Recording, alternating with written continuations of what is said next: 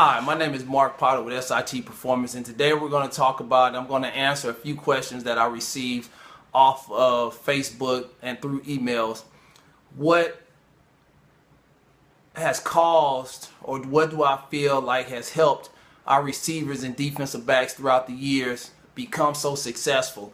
And these guys are coming, either they were, no names in high school to become all district, lead the district in yards, touchdowns, catches, interceptions, whether it become all-state, all-American, or college all-American for that matter. And here in the next couple of days, we will be able to have produced an NFL player.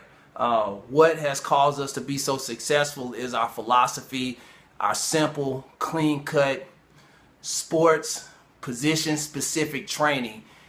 From my level of expertise is the sprints, receivers, and defensive backs. That's it. I don't do weight training. I'm not a CSCS certified strength and conditioning coach. I've never really just truly been a fan of weights. What I have been a fan of is pure speed and what goes into it. The work, the dreams, the thoughts, the goal setting. Defensive backs, the art form, receivers, the craft, the skill, the finesse, and I'm an avid boxing fan. The strategy, being able to plot and scheme, dissect your opponent, take their weaknesses or their strengths and turn them into their weaknesses and use them against them. That's what I am a fan of, and that's what I'm a student of. And I take all of that with well over 20 years of experience, and I translate it over into a simplified format and plan for our receivers and defensive backs. Through the method of training, we are able to slow the process down drastically to where players can not only comprehend what we're trying to accomplish and what we want to gain out of this, but they're able to mentally focus and relax and become comfortable. And that's the most important thing, is for an athlete to really become comfortable with what it is that they're doing. And the only way that they can do that is not only physical reps, but mental reps. If a student is a student in the classroom, where he's an A student on the field. And so with that philosophy, we have been able to produce some really good guys, some really good talent just out of the Houston area. From a receiver and defensive back standpoint, we really do our homework on our opponents. It's not when we look at because this is individualized, we don't look at the entire offense or the entire defense. We'll look at route combinations. We'll look at personnel possibly, but more or less the individual. If you take a receiver, for example, if he's a fast guy, well, chances are he really possesses no skills. He's just relied on his speed to get him out of trouble each and every time.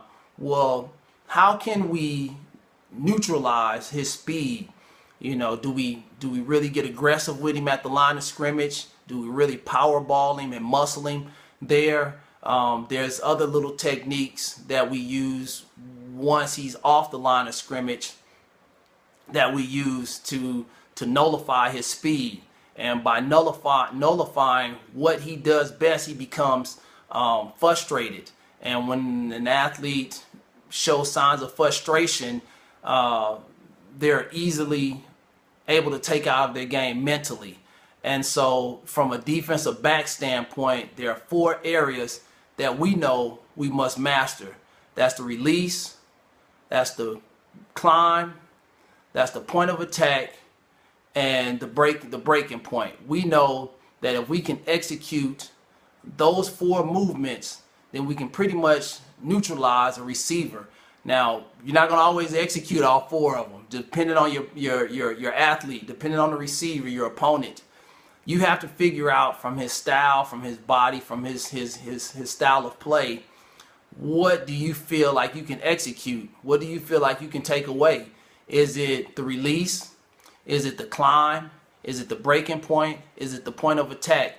If you can win 3 of those 4 things, then you can pretty much nullify a receiver each and every time. But that comes from studying film. It's not showing up at the weight room and feel like because you're lifting weights, you just got better. You just got better. Because I'm going to the weight room 3 and 4 times a week, I'm a better cornerback. You're not. You're not. That just means you're a strong guy. When you look at training as a whole, most guys feel like because they're in the weight room, they're becoming better athletes, and you're not. You're just becoming the stronger athlete, maybe on the team or your position. From a defensive back standpoint, how much position training are you doing? How much film study are you doing?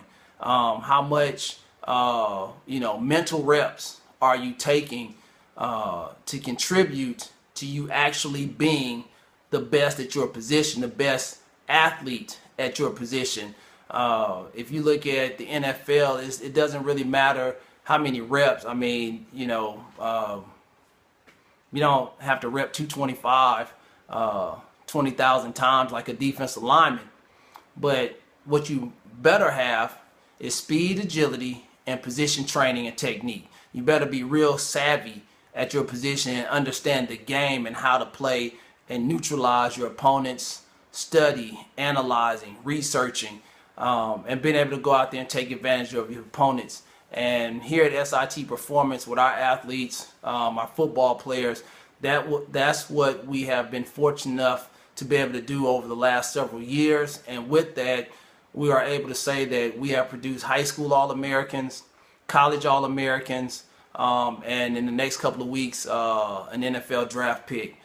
So again, my name is Mark Potter with SIT Performance, and I hope that we have answered your questions. Again, we really look forward to answering each and every last question that we receive. So if you guys have any further questions, you can continue to email us at mark@sitperformance.com, me directly, or contact@sitperformance.com, or you can give us a call at 281-898-2667. Thank you.